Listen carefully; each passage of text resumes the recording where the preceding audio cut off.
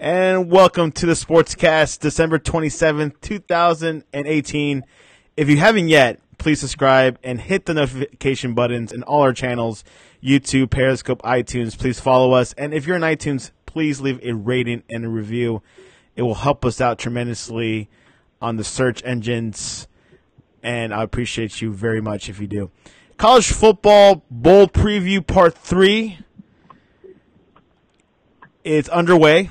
We had Part 1 yesterday with Ryan Krista. We had Part 2 this morning with Tyler. And right now we have Justin Riley to top it off. Of course, he comes from an Alabama point of view. Tyler came from an Oregon point of view, but also very objective. He looked at the games a little bit more objectively, who's going to win realistically, and Ryan as well. But Justin has an Alabama angle, more of the insight, the favorites to win the whole thing. And no further ado, Justin Riley, welcome to the Sportscast. Man, glad to be here on the biggest game of the season, and glad to be the, I guess, icing on the cake as it was for the three-part series of the College Football Bowl prediction show. Yes. Big game this weekend. Justin's really pumped, also nervous at the same time. Which we'll start there. How do you feel about this game? What are you hearing about it? Are you pretty confident that Alabama could win this game, knowing that Oklahoma's defense is not the best? Let's see. Am I confident that Alabama can win the game? Yes, I believe Alabama can win the game. Now, I don't think it's going to be quite a sure thing like everybody pretty much has written it off as being. I've been hearing analyst after analyst, including Skip Bayless here lately, saying that basically, just don't even worry about watching this game. Let's just march on towards the national championship game. And I think that these people cannot be any more wrong.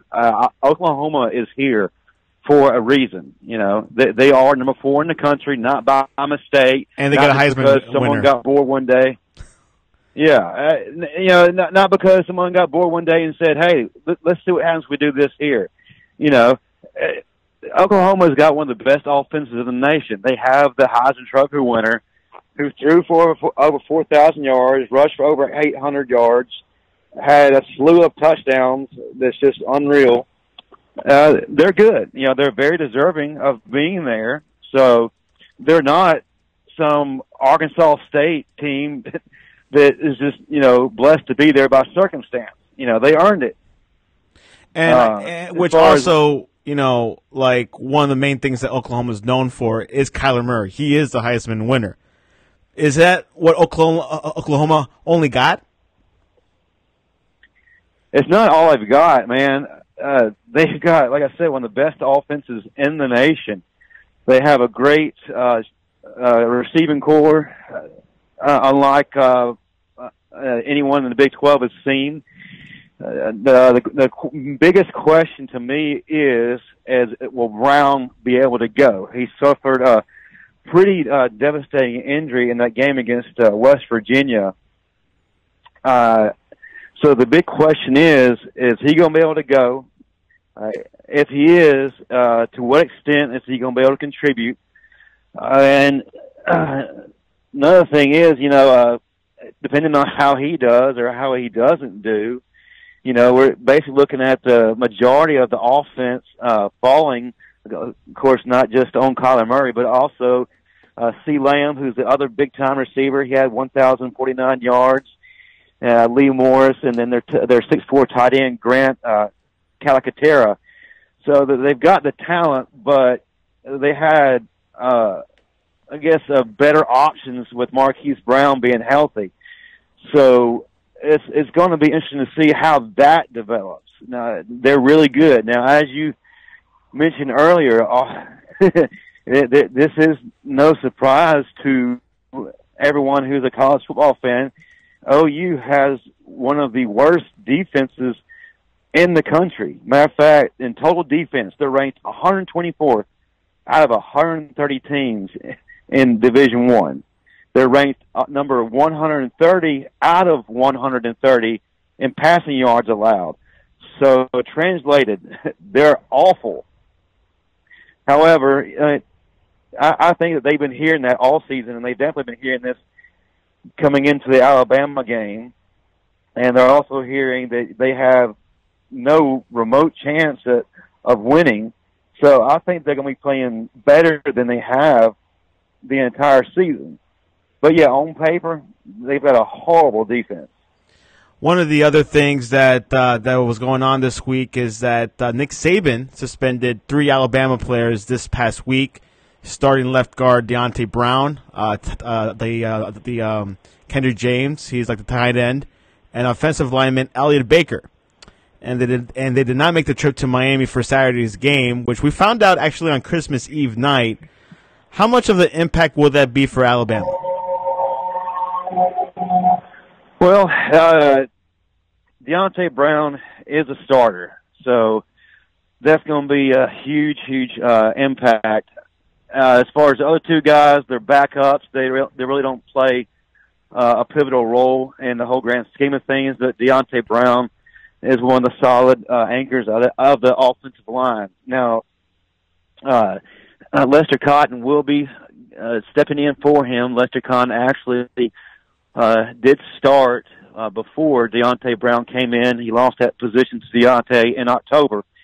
But Lester Cotton definitely is worthy of carrying that starting position role. So will there be much of a drop-off? That remains to be seen. But it really is very unfortunate and very stupid as well. This is the biggest game of the season. This is the game that determines whether or not they get to play for a national title. And the 3 of these guys decide to go off and do whatever it was that's undisclosed and cause their team to face some hardships. So Nick Saban didn't disclose exactly what it was that they did. All he did say in a recent interview was that there are some NCAA violations, and because of that, they are not playing in not only this game, but should they advance, they will not play in the following game. Yeah, so they're out for this season. He did not elaborate, of course. Deontay Brown is a sophomore. He has started 5 Alabama's past 6 games, including the SEC championship against Georgia. He had been dealing with a turf toe injury, but was making progress. Baker has not appeared in a game this season. James has appeared in 5 games, but has not made a reception. I guess the left tackle is the only concern, but I think you're saying that the backup should be enough. Absolutely. Lester Cotton is a very capable guy. He has done a lot for us in the past and definitely worthy of taking on that position. And he's not some newcomer to the team that's never played a snap and is going to be playing on a stage that's too big for him. He knows how to handle himself, and I have all the confidence that our offensive line is going to have a boost with him in there. Also, another Alabama team news, Tual came out yesterday and said that he's 80 to 85% healthy with his ankle. Do you think that will be enough for him to be Tual again? Well, enough for him to be Superman again. I'm not really sure, but I think that Tua's going to go out and he's going to give 150% effort. He's going to give it his all. He says that it has not limited him in any way in practices, so that's a good sign. And to be honest with you, I don't think Tua really would tell us if anything was negative because he's such a great competitor, and he's going to go out there regardless. So. Plus, having 4 weeks of break, was plenty of time to heal. I didn't expect 100%, but I think 80 to 85 sounds about right. Well, 85% Tua Tagovailoa is probably better than a lot of quarterbacks in America's 100%. So we'll take it, and we'll go with that. He's an excellent player, phenomenal ball player, phenomenal leader, and definitely capable of being the leader of our offense. He should be performing better than the Georgia game. I definitely think so. In the Georgia game, he was playing hurt, and just trying to tough it out, and just really wasn't playing to his fullest capabilities and to his fullest confidence level either because of that injury. So I fully expect to see a much, much better output from him in this game. Now for the other game, the Cotton Bowl is playing between Notre Dame and Clemson. Which one do you think will happen? What is your take on that game? Man, am I seeing things right? Has Notre Dame risen again to be one of the elite teams in college football? Am I seeing that right, Santiago? I think so. I mean, making it to the top four. To the top four, no conference. I think they've made it to the top, which it took longer than people thought. Well, I mean, we haven't seen a relevant Notre Dame team since what, 2012? Was that right? I think so. I don't know who was the quarterback then. Quarterback back then, God, I forgot his name, but he ended up transferring the next year, went to Florida State, started like a couple of games, and then he lost the starting job. But anyway, that's beside the point. Man, it's great from a college football perspective to see the Fighting Irish back in the thick of things when it comes to the national championship game or contending for the national title. Man, it's awesome stuff, man. Excited to see them there. Just with like Alabama, Clemson is facing some issues with three of their players. The most notable being Dexter Lawrence. Apparently, he and the other guys failed random testing, and they apparently ingested some performance-enhancing whatevers, and now they are possibly facing ban. Right now, they actually have taken another test because, according to Dexter Lawrence, he's baffled that this could happen and doesn't understand how that showed up in his testing. So it's called Dabo Swinney and the other coaches to request a second testing, results of which will be revealed, I believe, either tonight or tomorrow. So jury's still out on whether or not Dexter Lawrence will be able to play. And Dexter Lawrence is the anchor of that defensive front and is also projected to be a top NFL draft pick. So losing him definitely is going to be a little bit of a blow to that Clemson team. A lot of people are already thinking that Clemson's just going to run away with this, and it's going to be walking apart. And not so fast, my friend. If you actually look at the stats, they kind of mirror each other. Notre Dame only allows 17.3 points per game, where Clemson allows just under that at 13.7 points per game. So both really good defenses. Not really flashy offenses. Both of them have starting freshmen at the helm. And to be honest with you, I think that's going to be where the game is determined. Both of them are playing at an excellent level. But they've never played at this kind of stage before. So it's going to be worth watching to find out which freshman is going to play like a freshman and which of the two are going to play like a veteran. Now, I think that's going to make a big difference in the outcome. But I also think the experience is a big factor in this as well, with Clemson boasting the better experience of the two. So it's going to be a close game for a majority of the game. It's going to be a slugfest for these offenses. It's going to be tough treading, I believe, for the running game. Both teams boast great running backs in Dexter Williams and Travis Etienne. I think that they're going to be slowed up a little bit just because of how good these defenses are. However, I think Clemson is going to eventually wear them down, and I think in the later part of the game, you're going to see Travis Etienne get some running room. But I look for this to be a close contest, and I look for Clemson to win this game in a close one. Clemson and Alabama is what it sounds like.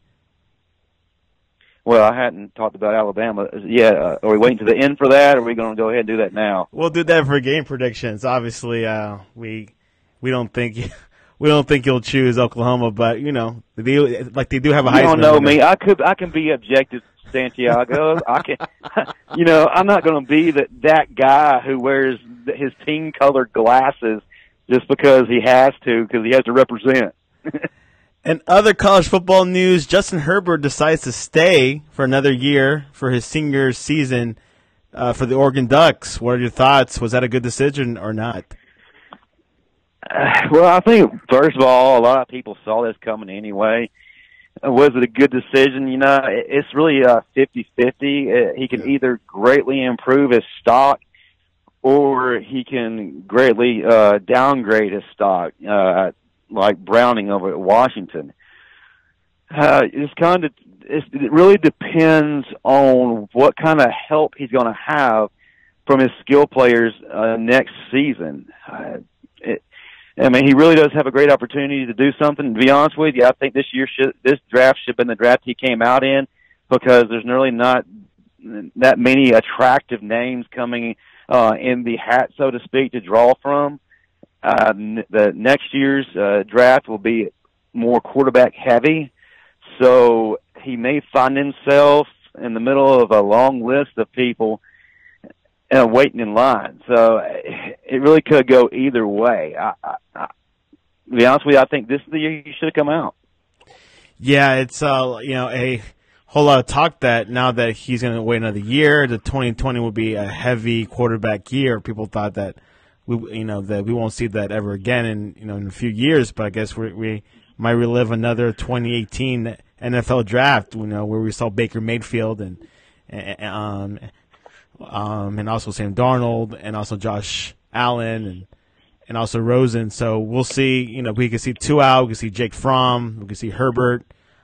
These players that are also Jacob Eason. Now, do you think Dwayne Haskins should declare? I absolutely think he should, man. He came off the best season out of any quarterback to ever play at Ohio State in the history of the school. He had posted insane numbers. He had 4,580 passing yards and 47 touchdowns. I don't really see how you improve on that. And now that Herbert has withdrawn his name from the field, he's going to be probably the top quarterback in the draft. And I think he'll probably be a top 10 pick. So I think this is the time for him to capitalize on that. It's time to cash out. Absolutely, man. Well, other than that, that, can change at a drop of a hat. Exactly, and even Kyler Murray, he actually, there's talk about him joining the Major League Baseball, but he could join the NFL draft. He could, change his mind. There's maybe a remote chance, but to be honest with you, man, he signed a fat contract with the A's, and I don't foresee him passing that up. I didn't know that. And then two, he's not very tall by quarterback standards, so a lot of NFL teams will probably shy away from him in the early rounds. So it probably wouldn't be much of a benefit to him to do it. Right. But then again, he may the competitive side of him may call him to do it. It's true. He definitely good point on the size issue. I think he probably saw that coming. He probably said, I can make as much or more playing baseball. And, baseball, it's a pretty lax sport. There's less injuries and you're able to play longer as well. Absolutely. Anyways, I know our show is going to cut down a little bit short today because of your time, but are you ready for game predictions? Absolutely. Let's start with the Penn Strip. Well, actually, no, Penn Strip Bowl is going on right now, so we can't predict that. I think Wisconsin was winning. Music City Bowl, Purdue versus Auburn. Oh, speaking of the Pinstripe Bowl, did you know that the Miami Hurricanes actually boast the top team in the country when it comes to pass defense? Did not know that. Good job. Good stat. Yeah, number one in the nation when it comes to defending the pass. I didn't know that either until recently. Well, they're not doing well according to the score I'm seeing, but... Okay. Maybe up until now, but maybe they're checked out. Like Tyler says, a lot of these teams are checked out. I mean, these bowl games people have there's no value in them anymore. Like, if I'm not in the playoffs, what's the point of playing? Right, another reason to expand the playoff. But yeah, well, let's go ahead. It sounds like that argument is really popping up. Anyways, Music City Bowl, Purdue against your arch enemy Auburn. Hey, careful how you finish that sentence there, buddy. I was going to say friend, but no, it's your distant cousin, Auburn, I guess. Well, in bowl season, man, we're all family, so, got to pull for the SEC as a whole. Some folks are actually predicting Purdue to pull the upset. To be honest with you, I don't think Purdue is ready for this Auburn defense. Auburn still boasts one of the better defenses in the country, and even though their offense does not play quite up to par, which has caused some teams to score more in the defense than they really should have, don't let it any second guesses come. Man, they're really good. I think it's going to be low-scoring affair. Purdue's quarterback actually has passed for a ton of yards this year, but I don't think he's faced a defense like they're going to face against Auburn. So I believe Auburn's going to win this game. It's going to be close. War Eagle, West Virginia versus Syracuse for the Bulls. Well, this actually would have been a bowl worth watching had Will Greer decided that he was going to take his toys and go to the NFL That's draft. right. He is sitting out for this game. That is correct. The stock value has lowered. It would have been most definitely. Man, it would have been one of the better games to watch against this surging Syracuse team had he decided to play, but he's not. So it's one of those games that you might casually glance at, but not really watch intently. I think because of Will Greer being absent and not knowing a whole lot about his heir apparent, I think Syracuse is the better team, and I think they're going to continue their winning ways and get a W against West Virginia. Syracuse has it pretty easy for them to go orange. Iowa State versus Washington State for the Alamo Bowl in Texas, of course. Well, it's kind of an interesting team matchup to watch. Not really exciting, but I mean, Washington State had a good season. I think they had a great season. They had a very good season. I think Gardner Minshew had a phenomenal season. Was probably one of the top passers in the country when it comes to yards because and I think probably one of the tough mustache down. Guys too. Greatest mustache in college football, definitely, without question, brother. It's like Borat with pads. Anyway. But can they win with that mustache? I believe the mustache adds a couple more touchdowns, so yes, they do win. Washington State wins. The Peach Bowl, big game, I think. Florida versus Michigan. Bush is not playing. He's sitting out for that game. Oh, gosh. Every one of these little bowl games has a little asterisk in it because of these one player deciding to go to the NFL. One player, but still. They're doing that on purpose for the 8-team playoffs. I know they're making like these narratives. Yes, everybody is conspiring together to get the 8-team playoffs. So let's do it already. Now, it's going to be interesting to watch to see how Shea Patterson go up against an SEC defense. Florida's got a better defense than what he's seen in the Big Ten this year. And they can generate some offense. That their offensive strength, Michigan's that is found in the running game. And Florida's run defense is one of their strengths. So it's going to have to be on Shea Patterson to win this game. I think he's going to have tough sledding. But the question mark is, what kind of production are we going to get out of Felipe Franks from Florida? Is he going to play good, or is he going to be a bozo? What is it going to be? We'll find out. I like Florida in this game. You know that Michigan was fourth for a while, and we thought that Alabama was going to face them at the Orange Bowl.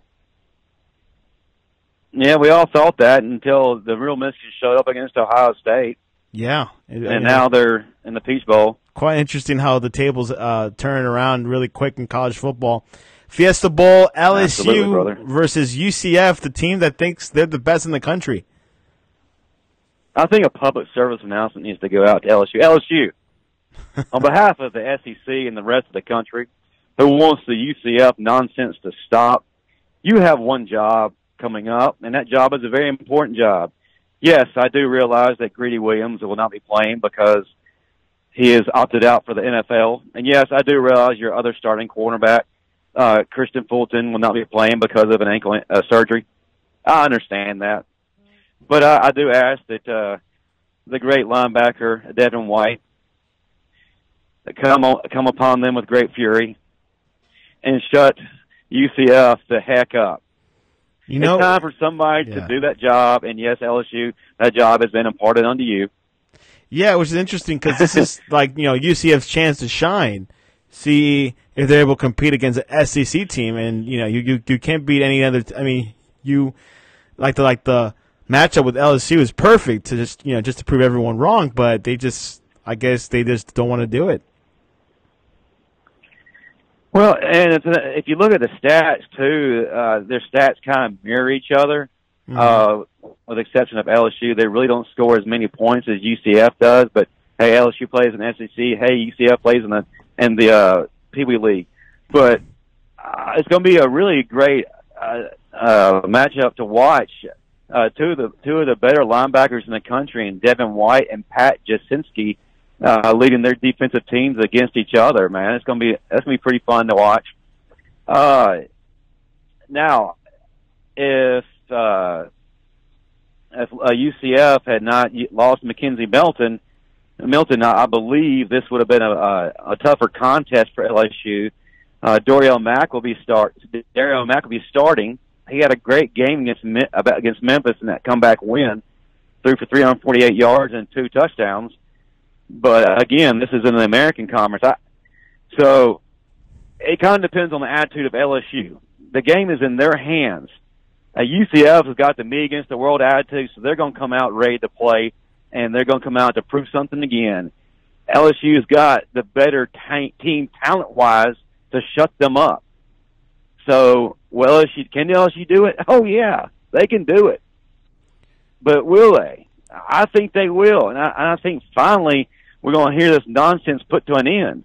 And my timeline on Twitter and other forms of social media will be that much better because of it. Yeah, we'll see what happens. I don't think they have much going on, many cards, but we'll see what happens. The Sun Bowl, Stanford versus Pittsburgh. Nah. Another mediocre game. Stanford definitely is not. It really is a mediocre game, and Stanford really has underperformed this year, much to the dismay of a lot of us. Matter of fact, Bryce Love will not be playing. He's opted out for the NFL as well, so that took away any watchability this game had. I believe Pittsburgh should win this one. Pittsburgh wins the Sun Bowl, Hollywood Bowl, Northwestern versus Utah. I think it's going to be a fun game to watch, to see both teams. I think Utah come out in the Pac-12. It's a decent team. I think they're a tough team. But I think Northwestern is definitely the much better team. And Ian Thorson, with the best name in college football at quarterback, is going to have a great day against the Utes and win and lead his team to victory. Gator Bowl, NC State versus Texas A&M. Oh man, Texas A&M really is coming off a high, and I believe they're playing at their best ability right now. But they really have been an inconsistent team this year. So my question is, have they learned from their inconsistencies and mistakes, and have moved past that? If so, I believe that Texas A&M will win handily. Outback Bowl, Mississippi State versus Iowa. Man, that game is too early. Mississippi State is drawn the worst luck when it comes to game scheduling in the bowls. They played 11 o'clock last year, too. I believe that Mississippi State has the better, more physical team, and I just don't think Iowa's going to be able to move the ball against that defense. Citrus Bowl, Kentucky versus Penn State. Man, this is a pretty big bowl game for old Kentucky, isn't it? It is. Basketball school, definitely a contender, did well during the rankings. They could win. Kentucky went out. Penn State. Kentucky went out and won 9 games. I see you, Kentucky. I See, that's pretty big time stuff right there for old Blue there. We'll see if it'd be interesting if they did, like if they did like if they do bad during the basketball season. Now we know where their resources went to. Yeah, absolutely. This game is going to be interesting to watch. Kentucky's got a really, really good defense, and Penn State has a good quarterback in McSwirly. It really depends on quarterback play in this game. Can Kentucky's quarterback actually produce some offense and not be one-dimensional? If he's going to be one-dimensional, then Penn State's going to win. But I want to go with old Blue, man, for win number 10. Rose Bowl game, Washington versus Ohio State. And this would have been a much better game if Ohio State was playing Georgia. I think this stupid rule of Pac-10, Pac-12 versus Big 12 or whatever agreement they have is junk, because nobody wants to see this. Come on, man. Georgia versus Ohio State would have been a much better game. It would have been the playoff game that wasn't a playoff game. Ooh, good point. Good point. However, this is probably going to be the last time that we get to see Dwayne Haskins in an Ohio State uniform. And I think this is one of the reasons to watch this game, to see him close out his career on Ohio State. Interesting numbers here. Washington, they allow 15 points a game. Quietly a good defense, but they're only scoring 26 a game. Wow. Now here's the disparity, Santiago. Ohio State is putting up 43.5 points per game, and they're also putting up 548 total yards per game to Washington's 412. That's a problem for me. That is. Jake Browning was supposed to have a Heisman year.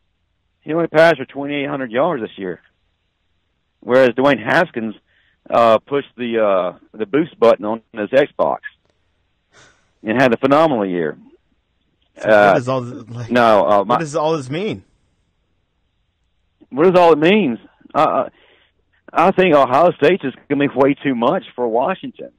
I mean, they've got the better running game in both Dobbins and Weber. I mean, Gaskins is good, but he's one man. This is two men, Santiago. Washington's got a good receiver. One, Ohio State is a receiving core by committee in Campbell, Hill, McLaurin, and Dixon. That's four people I just named, Santiago. There's a lot of people. That being said, Ohio State, a lot of people. That being said, a lot of people is better than a few. And Ohio State wins this game. Ohio State wins in Pasadena. Let's go to Sugar Bowl. Let's go to Texas. New Orleans. Texas versus Georgia.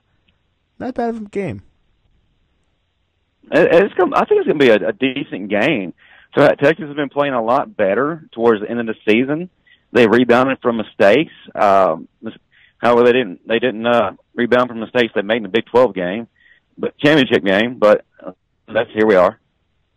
I think Georgia is going to come in playing pissed off because of the outcome of the SEC championship and being left out of the college football playoff. And I think Georgia just has way too much talent to lose to Texas. I think Texas is going to give them a little bit of a match, to start. But I think Georgia is going to wear them down and win big. Georgia wins in New Orleans. The Red Box Bowl, Michigan State versus Oregon. The Red Box Bowl. That's a movie rental company, isn't it? It is a movie rental company. It is.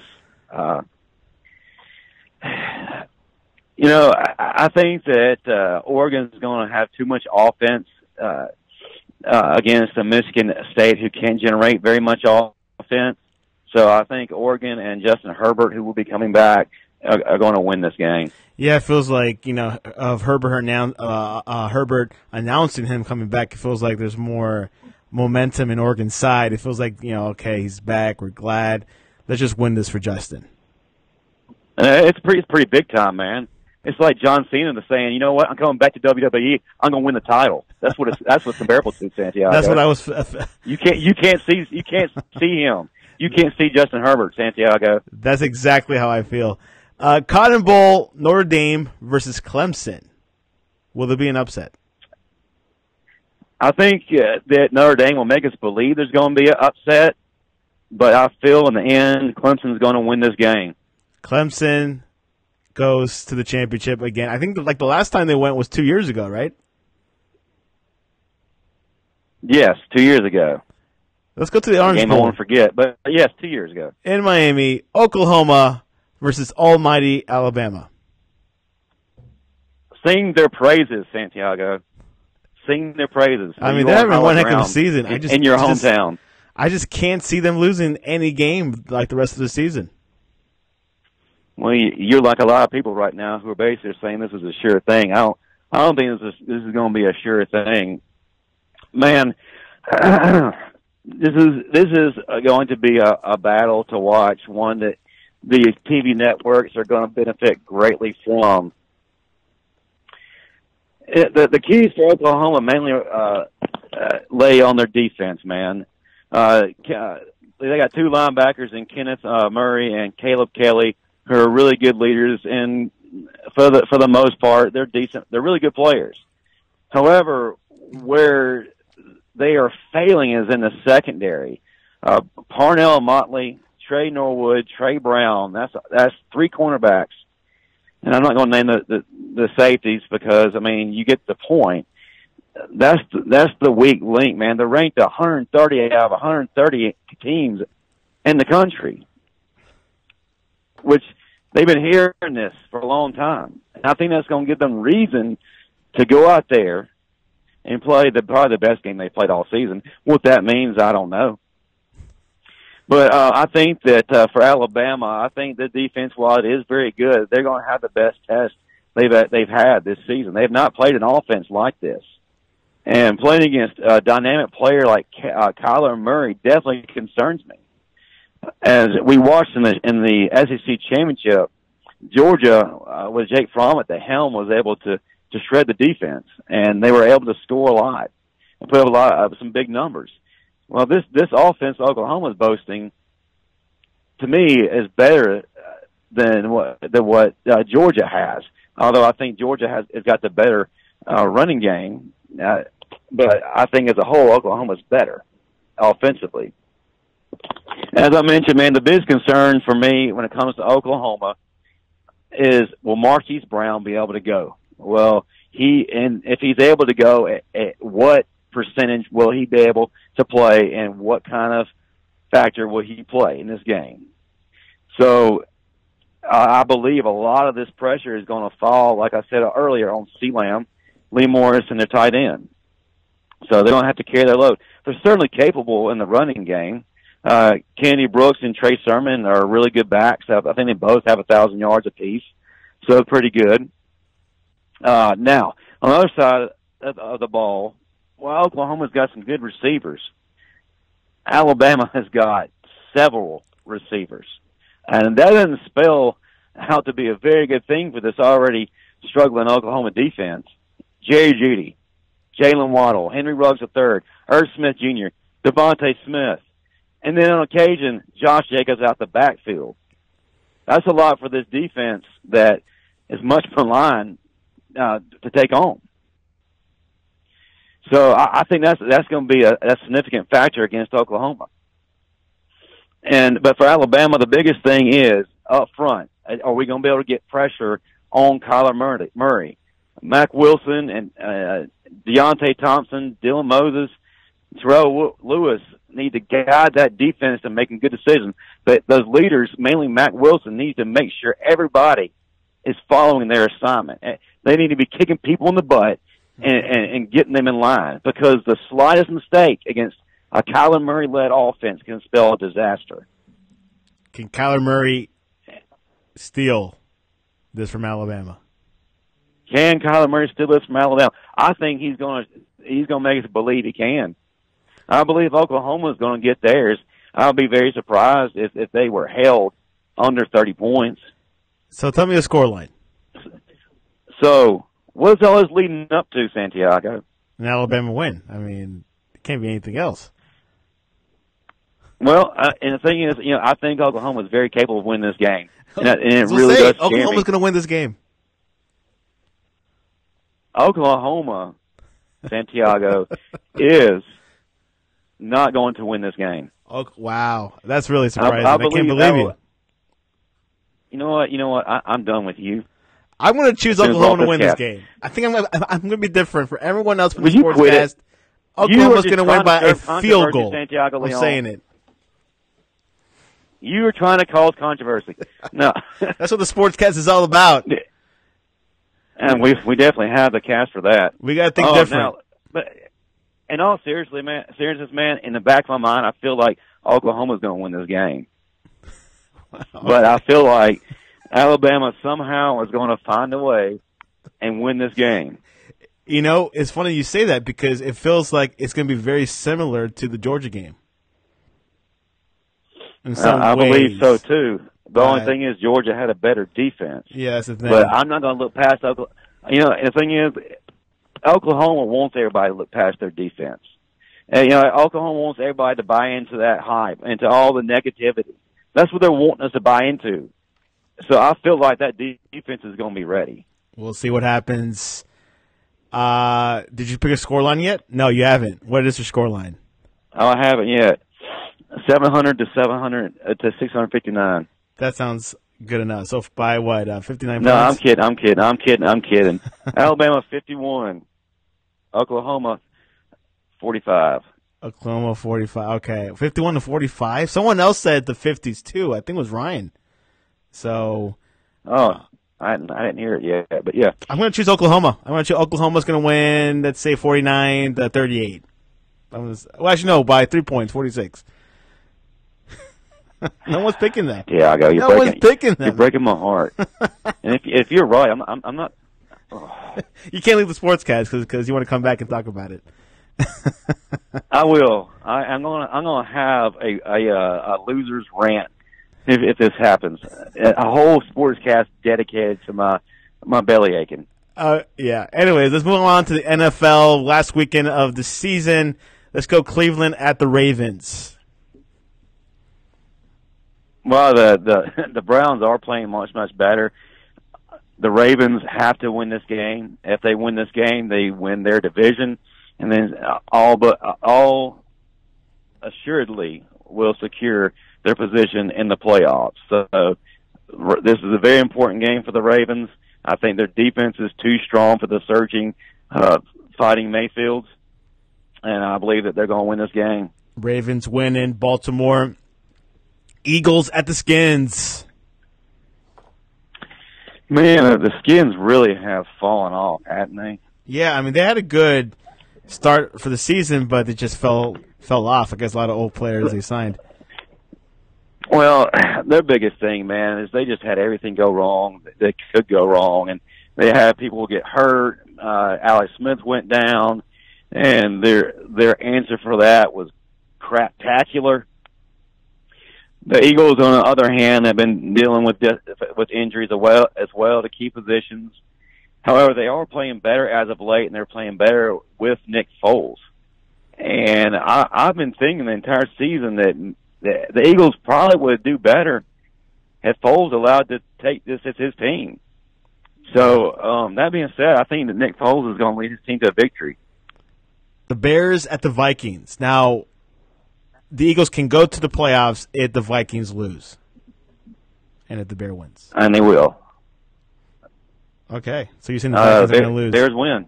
Bears win in Minnesota. I think Chicago's playing for a seeding spot. They're in the playoffs, but I think there's a seeding opportunity if they win, but I'm not really positive. The Bengals at the Steelers.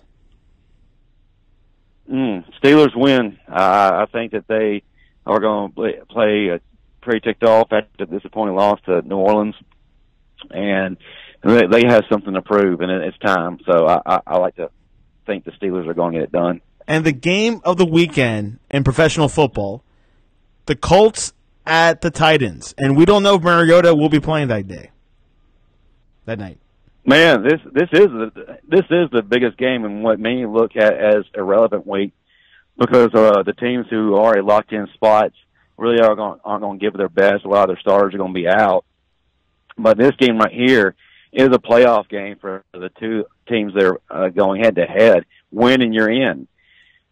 So, that being said, man, the both teams are playing particularly well, but I think the Titans are playing a lot better, even though Mariota's out. Derrick Henry has picked up that offense upon his shoulders and has roared them That's right. to victories. Huge presence of Derrick Henry, your boy. So as long as the Titans don't do anything to beat themselves, they will win this game. The Titans? You're saying? Wow. Yeah, Titans. Not because of Derrick Henry. No bias at all. No, I just think that as a team, they're playing together better as a team right now. Anyways, the Titans. I'm picking the Colts. I think with Mariota not there, even though if he starts or not, they're not 100%, but we'll see if Derrick Henry will have to throw some footballs on Sunday. Okay. And random question, Santiago. Random question of the day: should you go to work ill? It depends on how much you're getting paid. Oh, that's true. Should you go to work ill? No. I believe if you're one of those people who are going to spread disease and sickness, I curse you. So stay home if you're sick. And from the comments, is this a sports betting prediction show? No, but if you want to donate generously to the funding of this great institution that we call the Sportscast and the future website that we will put up, then yes, it is. We will accept all donations. And Bama Tide 16 says, "Roll Tide, roll." Roll Tide, bud. Justin, how can people reach you this weekend if Oklahoma loses, or if Alabama wins, or if Notre Dame wins? How can people reach you? I love how you lead off if Oklahoma wins. You can reach me at 121training, the number 12, 1 spelled out, training at gmail.com, Facebook /121training, Instagram and Twitter at 121training. And that's your direct lines, right, of communication? Absolutely. Well, anyways, follow us on the Sportscast. Hit the subscription button. Hit the follow button on Periscope. On iTunes, please leave a rating and review. Also hit the subscribe button. Big weekend in college sports, College Bowl series. This is not the last weekend for college sports, because whoever wins this weekend in the Cotton Bowl and Orange Bowl goes to the national championship, which will be played in a week or in 2 weeks later. 2 weeks, I believe. 2 weeks later. So college football continues last weekend for the NFL. So really, really exciting times for football. We'll see what happens. Where does 2L do? Anyways, I appreciate you, Justin. And thanks for coming on to this podcast. Appreciate you, man. Absolutely.